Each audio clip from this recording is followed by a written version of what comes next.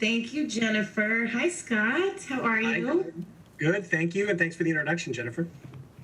So I'm going to continue on the introduction a little bit so our residents and our guests can learn a little bit more about you.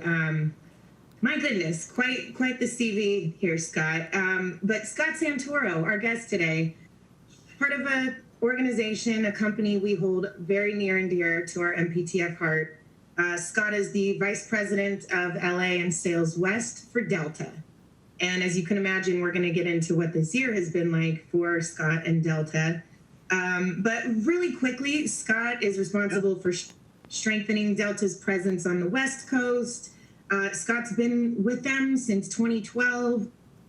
You are incredibly philanthropic. I was loving seeing all these boards that you serve on for LA Coalition and Bob Hope USO and Board of Trustees for CHLA, Children's Hospital, which is, man, they need all the support they can get. So, Scott, we were just talking about Groundhog Day, and is the pandemic over yet? Obviously, you're at home. So, just like our industry, kind of shut down last year. And I know we're getting back, but you have had quite the hurdle and quite the hill to climb as well.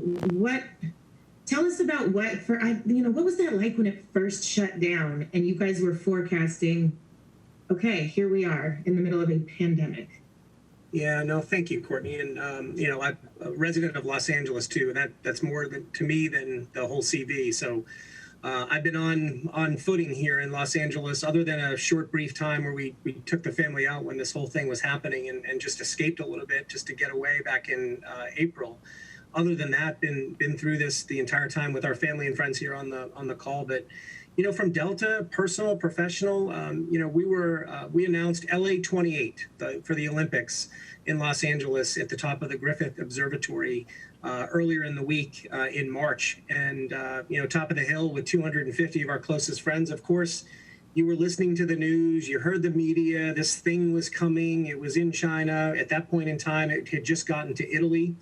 And you know the headlines from there. And, at the top of the hill, celebrating what we will do in 2028 with the Olympics and Delta being the main sponsor. And then, Friday night, sitting with your family, watching the news as we filed state of emergency in the United States on March 13th. And, for Delta, we reacted quickly, Courtney, but I will say, the wounds of today are certainly the scars of tomorrow, as our chairman likes to say, and I fully believe that, right? And so, we basically hunker down, figured out what our, as any cost-driven company will do, is you try to pull the cost out as quickly as possible. But more importantly, I think we were there for our employees, and we made sure that we kept everyone tight, everyone close, communicated, and ensured that they just felt sort of the Delta love, and that our customers felt that love as well, because it was a trying time.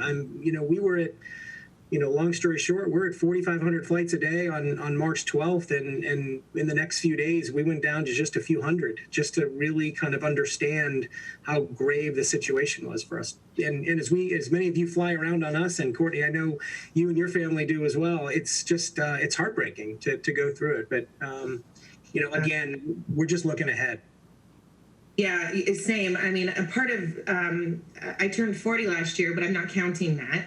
It doesn't count. It doesn't count. And we were supposed to fly on Delta to Italy, our favorite airline. And, first of all, though, the standard of care, like you said, the way you all reacted so quickly and really took care with such heart and integrity, your employees. And also we saw not only were we all experiencing the pandemic, but then you have these matters of racial injustice, and everything happened. And, at Bastion, I saw him on CNN. It was just brilliant the way that you all have handled diversity and inclusivity, which I know was a part of your mission before, this all kind of got brought to the surface again this year. So talk to us a little bit about that. At your core, values are just so unbelievable. Yeah, the pandemic is one thing, right? But the racial, social, political realm that happened last year, and let's all forget about that. But the racial and social injustice from Breonna Taylor to George Floyd. I mean, we have employees in every city, in every state, and particularly Minneapolis, where one of the incidents happened. And we had to quickly adopt to the new realities. And we woke up one morning thinking everything was normal, and we were told by our employees that it wasn't normal, and we listened and we understood what they were going through. But just from a personal perspective, Courtney, I'll tell you, I've done a lot of reading in the last 11 months to understand that side of the human side, if you will, and trying to understand it.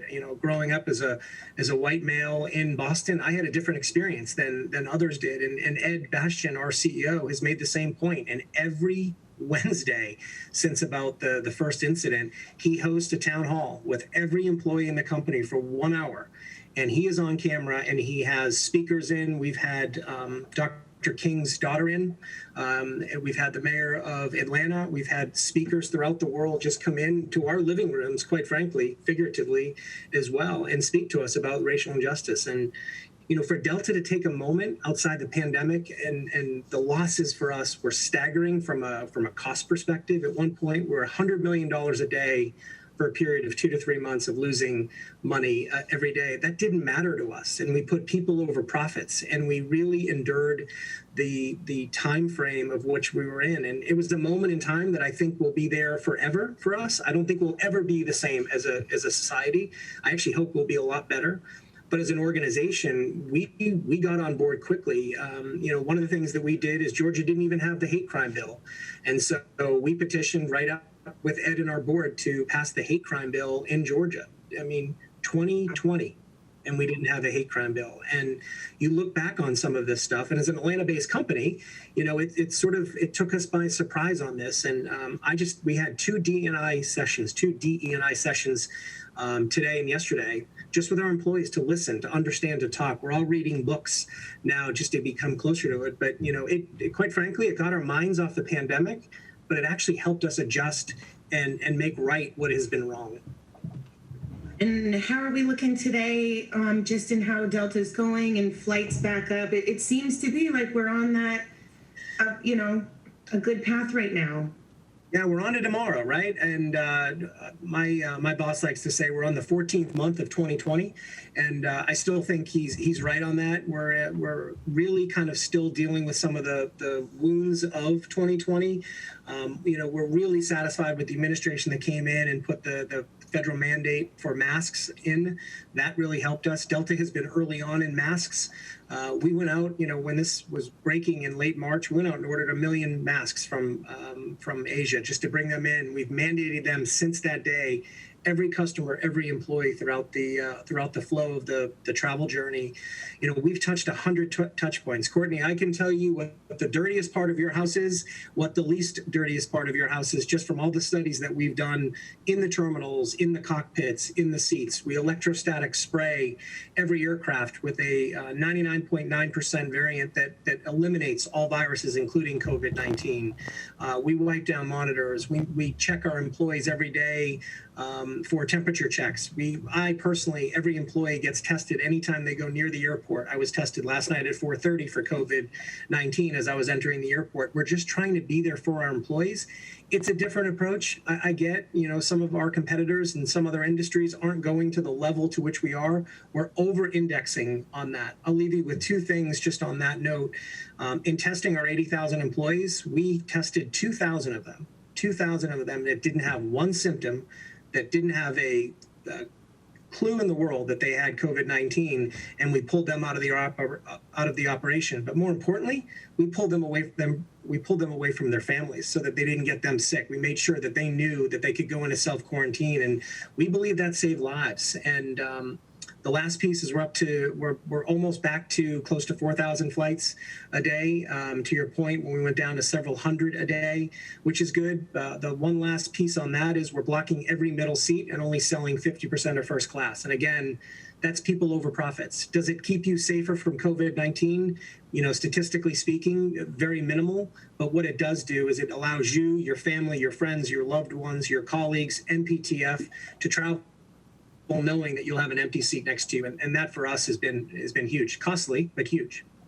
Well, the confidence, and again, I hope everyone listening knows that your standard of care, personally, professionally, and what's been happening it's amazing. And it's why we should all, to each his own when everyone's comfortable, though. I hope everyone, goes back to Delta like they did before. And we're so happy, talking to Trisha and Melissa and the incredible people on your team, and our 100th anniversary and the things that we've all done together, the way you've supported us.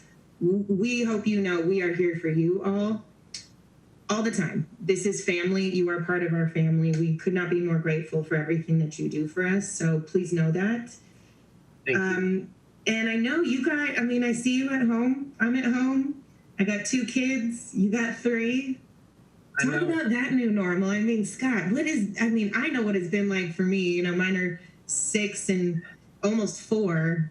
Like, by kindergarten, I can't even imagine that being taken away, let alone your graduation. So what's it been like for your kiddos? Yeah, I own 3 kids, 14, 12, and 10. Courtney, you and I have spent time together. We've talked parent stories.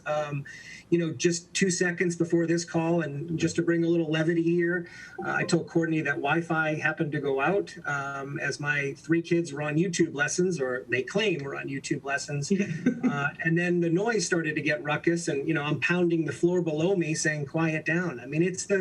It's the subtle sounds and the sweet sounds of 2020. And my wife is principal, guidance counselor, teacher, and everything in between. We haven't had organized sports since the 3rd week in February, with my 3 kids. They're all athletes and they love it. Yep. Reading with my kids after a long day. You don't have to commute anymore because it's a lot shorter now in LA from just walk down the stairs for me and walk in the next room for you possibly. But it just allows us to be closer, I guess, as a family. And a lot of Tito's and a lot of red wine in between, Courtney, has gotten us 13 months later. Yes, I think the alcohol industry has been okay. They've done okay. They've done all right. They've been all right. I know the organized sports, and I know you Delta's involved, and I know you're a soccer fan, and being able to go with you to the incredible stadium in LA, and obviously I'm a soccer player. It's been heartbreaking because this is when my daughter was just going to start. No. Organized sports, all of them, whatever she wanted. And it's been hard. My husband's a basketball coach, and no season this year. So yeah, I hope we get to that quickly, because learning on the computer is just it's not the same. No, and this isn't our personality. It's not your personality either, right? You and I know each other well. The last thing we want to be doing is stuck behind a computer screen talking to one another. But that's what our kids have been doing for almost a year. If you think about it, we're a few weeks away from celebrating a year where they've been at home virtual, and all the folks here on the call here have been virtual, and it's painstaking. I do think, though, and I see the silver lining, it is going to make us better as a society. It is going to make us healthier. It's going to make us think more. It is going to make us be more appreciative of human touch and human surroundings when you get there. I know for me, when I left my crazy family's house December of 19 after the holidays with kids running around, my parents and my wife's family, I went, gosh, I can't wait to get home, to have my own peace and tranquility. And little did I know that's be the last time I would see them until hopefully the next few months we get vaccinations. But not seeing your family's tough, right? And that's horrible. One of the things that we have, and we check in, and we have employees that have been living by themselves, right? They've been holed up in an apartment, a condo, or a townhome, particularly in Los Angeles, where we've been one of the most locked down cities because of the pandemic in the country. And you got to check in on them too. And I think it's made us closer, Courtney, to be honest. I couldn't agree with you more. It's why, we are so close. I love your attitude and your enthusiasm. It's infectious, and I try to look at those silver linings as well. So I completely agree with you. Not only, hopefully our new normal is a better normal, Great. But to have the kids is loud, or, all the cacophony that you might experience. But to your point, no commute. They're right here. I get to hug them. I know. Run out of class. It's been lovely. But also, we too have employees and residents. It's why Jen and the MPTF Studios team, right, went to virtual programming for our residents who live on a campus. They're vibrant. They have so much fun. They do more activities than I do. And then all of a sudden it was, okay, go be in your room by yourself. I know.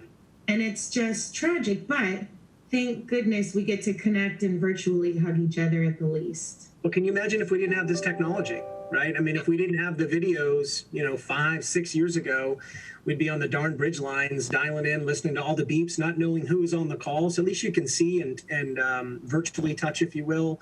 But 322 straight days dinner with my family, with my kids. I can't tell you, I probably haven't done 322 days in 10 years with them. So being with them, I think, as well, but also checking in on our loved ones and our friends and coworkers that potentially don't have that craziness that is below my feet and next to you as well. Yeah, exactly. Exactly. So, Scott, you have been partners with us at Delta for a long time. MPTF, we talk all the time. Our founder, Mary Pickford, said, we see a need and we fill it. Clearly, Delta's cut from the same cloth. And that need is, the customers, the people, the human aspect over profits, people over profits. It's brilliant. Yep. So you're partnered with us. What kind of core values do you look like? Why did our missions align so well? What is it about MPTF? Not to be self-aggrandizing, but why is this partnership so important to you all?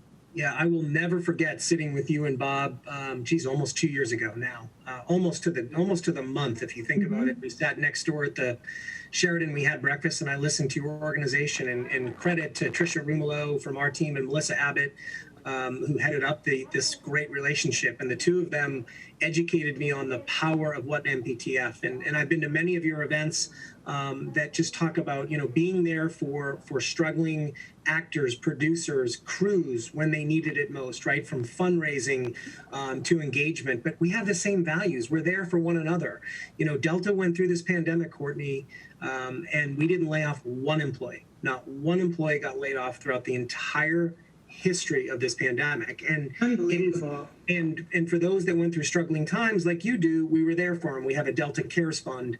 If they got sick, we made sure they knew they didn't have to come into work. We provided relief funding for those that were really, really sick. And I think that's just our core values are aligned. It's profits are one thing. They're only a number on a sheet to Wall Street for us. The most incredible part of your organization, MPTF, and ours is our culture, our people, and the fact that people are dialing in, listening to little old me and you talk today is amazing. And I think that is what Delta stands for. That is what MPTF stands for, and we stand with you for sure. Oh, thank you so much. Truly, this is a highlight of my week, not to just sit here and talk, but to listen to people like you and to be able to have this platform. We ask some fun questions at the end, but I want to dive in a little bit earlier with you because you've been home, you got kids. I'm assuming some streaming service has been a best friend to everybody this year. What have you been watching? Any great things that you just are really happy you got to watch and observe? Yeah, I think we're almost done with every series on Netflix, to name just a few. It was funny. Before the pandemic, I'll just give one episode that we watched. Before the pandemic, we watched Schitt's Creek and couldn't get into it and just didn't understand it. Wasn't right in the right frame of mind. Maybe came home from an event or a flight and started watching it. We've watched the entire series now twice during the pandemic. Just one that one little story. I've also watched a number of these movies that are out there on social injustice, and I'm not going to go and butcher 4 of the movies that I've watched in 3 months, but I was challenged by my team to watch a movie on social injustice once a month, and I've done that. I've done it religiously and confidently throughout, and I don't know that I would have done that pre-pandemic. I certainly am a fan of watching it now and understanding it as much as its history, but it's also our friends and family that have been impacted by some of this. And that's gotten me closer to the sort of rich, unfortunate history that is social injustice. But at the same time, sitting down next to my wife or my kids watching movie after movie has been refreshing. And thank you to all of you, because you've brought your living rooms into our living room for sure in watching these movies. Yeah, it's been quite the blessing to see that part of that industry is just alive and well, and thank goodness, and slowly getting back to where we know it'll be one day. So funny you say that about Schitt's Creek. I watched an episode a while back, didn't really get into it. I've now watched it twice, like staying up all night. Just, it's absolutely wonderful. Addicting. My wife and I had a rule that we couldn't, I was traveling quite a bit too during the pandemic. I never stopped, and I wasn't allowed to watch him on the plane or outside or at the hotel because we tended to watch it together. And I think that's the amazing part. And movies bring people together. Entertainment brings people together. Going to drive-in movies now has been the highlight of Santoro households as well, and trying to understand sort of the outside world as well, because gosh knows you can't go to an inside movie theater right now in most cities and states. So it's just brought us closer, I think. We'll have to meet up one day at a drive-in with the kids and do snacks and the whole, it'd be so much fun. Absolutely. I cannot wait for that day. That'd be so great. So, Scott, this is our 100th anniversary, which is just kind of unbelievable to think about. You think about an organization that's been around for 100 years. If anything, one silver lining is here's exactly why we need the support. You never know. And that's what we're trying to do. And we're hopeful. We're hopeful for the future, as you are clearly. What you've already touched on this, but what are you hopeful for looking forward in this changed, different society that we're now in? I think we're listening more as a culture, as a person, as a leader. I'm a different leader than I was before. We do surveys every 2-3 months as a leader here and listen to feedback. And that's been pretty amazing to me. I think maybe in the past I would have skimmed through lines and understood where we had some holes in sort of what we can do in the culture, but really just listening and understanding that has been a silver lining to me. I think coming out of this, we will listen to society more. I think we'll be more attuned to what is happening out there in the world versus turning and clicking to the next channel. I think we'll try to understand and dive deeper into it.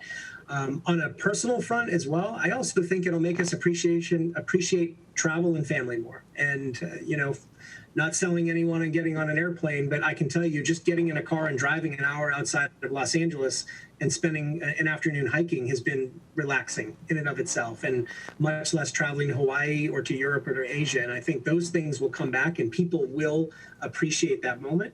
They'll appreciate that second that they have. And they may not do what I did when I left on December 27th and 19, saying, geez, I can't wait to get back to my home and be alone again with my family. But people want to be with people. And I think that's going to be the beauty of what's come out of 2021, 22 and beyond. Yes, I very much look forward to getting back to hugging. I hope we can do that again. It's so strange. I'm done with the fist pump and the elbow pump, all that stuff. I'm done. I'm done with it. I know. We're just kind of done with that. I got my COVID vaccine today on campus, and we're taking care of everyone. Going back to work, I cannot wait. And just honestly seeing all the essential workers at your company at MPTF, the work that Jen's done with her whole team has been, it is the silver lining you live in every single day. Okay. And I see our friend here back on. We touched a little bit on some movies and TV, but Scott, we like to ask, I didn't even prep you for this, so this is going to be hard. Are you ready for a couple? I'm ready. Let's do it. Hard-hitting questions. Favorite of all time film, TV series? Ooh. I think the movie, this has always been my answer, and it's been A Few Good Men with Tom Cruise. And I've always enjoyed watching that. I think if you look back on that movie, and I've watched it twice now since the start of the social injustice of 2020, not the start of social injustice, which has been going on for hundreds, but if you look back on that, it was picking on a weak kid, quite frankly, and no one defending that person. And that, to me, was always the star of the show. But that has always been one of my favorite movies that I've watched time and time again. Favorite series, I got to go back to my Boston roots. Cheers. I watched growing up with my family every Thursday night. Yes. Every Thursday night, 7:00, my dad would come home early and we would sit on the couch and watch Cheers. And heck, I still watch the reruns. And it's just those little old times that I look back on and appreciate. And I think that's one of the things that I hope my kids realize, as opposed to all of us screaming at them because they're inside with us all day. I hope they remember the shows and the movies that we were watching with them. Thursday nights were a very good night of television back in the day, right? Thursday night was unparalleled. Amazing. Unparalleled. You had 4 shows right in a row. Yes. You had Frasier in there. There were many different shows that happened around that time. But I'll never forget the Friends. You know, that was another one that I think replaced that era of shows. And you know, Thursdays were just special in our house. And then Friday night you'd go out. So Thursday night was the night for TV for sure. Yep. Yeah. Must see TV. We've added one more to this list of questions. Okay. Because we've been doing this since March. It was St. Patrick's Day when we kicked this off to keep people connected and socially connected while physically distanced. Today is our 156th show. Wow. Congratulations. Yeah. That's a lot. Unbelievable. Nice job. Thank you. That's amazing. So You can't see there's a little bed behind Jen where she sleeps all day long. We don't show the bedroom part of the theater for her. No, that's right. Exactly. this chair just converts to a sleeper. It's all fine. That's it. That's it. It's her own Delta Lounge. I love it. We'll get you on a lie flat seat in Delta One someday too, Jen. Oh, you have no idea. No idea. Yeah. Before I ask the final question, I have to share this with you because it will show my personal dedication to Delta, Yes. and you will appreciate this as an East Coaster. I grew up in the Lehigh Valley in New Jersey. Yes. So for me, the fastest, most convenient way home would be probably like Atlanta to ABE, to Allentown, East and Bethlehem. Absolutely. Yeah. Right. But I prefer to do just the red eye to JFK, and then I take the train to Jamaica Station, the subway to the city. I hang out with some friends in New York for a day or two, and then I take the Port Authority Transbridge bus to get myself back to the Lehigh Valley. You hit all of them. You just all modes of transportation. Planes, trains, automobiles, but I do it because I don't want to fly anything else but Delta. Well, I appreciate that. Yeah. And I grew up for a few years. I grew up in South Brunswick, by the way, New Jersey. So very familiar with getting home and wanting to take the Transcon as opposed to connecting. So I fully appreciate that. But much like you, we love the MPTF relationship too. So the feeling is entirely mutual. I love it. Well, Scott, thank you. Wait. I'm sorry. Wait. We added the whole reason I kind of set it up is Okay. I was trying to get on the 2021. question, Courtney. Yeah, 2021. We added this third question. What is your favorite genre? Oh, geez. I think, if I look back on all the travels that I've done, geez, I don't know. I can't think of a genre that speaks more loudly than what we're in today. To be honest with you, I don't have a particular one. I've been stumped by genre. Okay, not a problem. That's a tough question to. I'm going 2021. That's my genre right now. All right, I am gonna put sitcom comedy because of Cheers. Yes. I like it. We'll go with that. I look at everything. I every time I'm on board an aircraft, I find a movie or a series that I haven't seen before, and I think I just continue to go. But comedy definitely fits that. All right. I'm going to let Courtney wrap it up, and then we are on to Poetry Hour with Harry. It was really nice to hop in. Great to hear from you. Courtney, take it away. Thank you. Jen, I just wanted to say again, Scott, thank you. It's at least we got to see each other through screens. Absolutely. We love you all at Delta so much. Love you and your family, your whole team, and not trying to pressure anyone again. You fly when you feel comfortable. I know I'm comfortable. I know Delta has made it safer than you could have possibly imagined. Like you said, it's probably cleaner on those planes than it is in your 100%. house. I'm Yes. sure it is. Yes. But we just send you love and light and the hope for a better year and world, and cannot wait to see you in person sooner rather than later. I agree, and thank you, everyone. I'm on LinkedIn, or please connect with me. I'm happy to help you out with anything you need on the Delta side. And Courtney, I can't wait to cheers a glass as well. Yes, we'll do it. We'll have to do a drive-in cheers, and Done. we'll can't wait. All right. Thank you so much. Thank you so much, Scott. Have a great weekend. Have a great weekend. Bye-bye. Bye.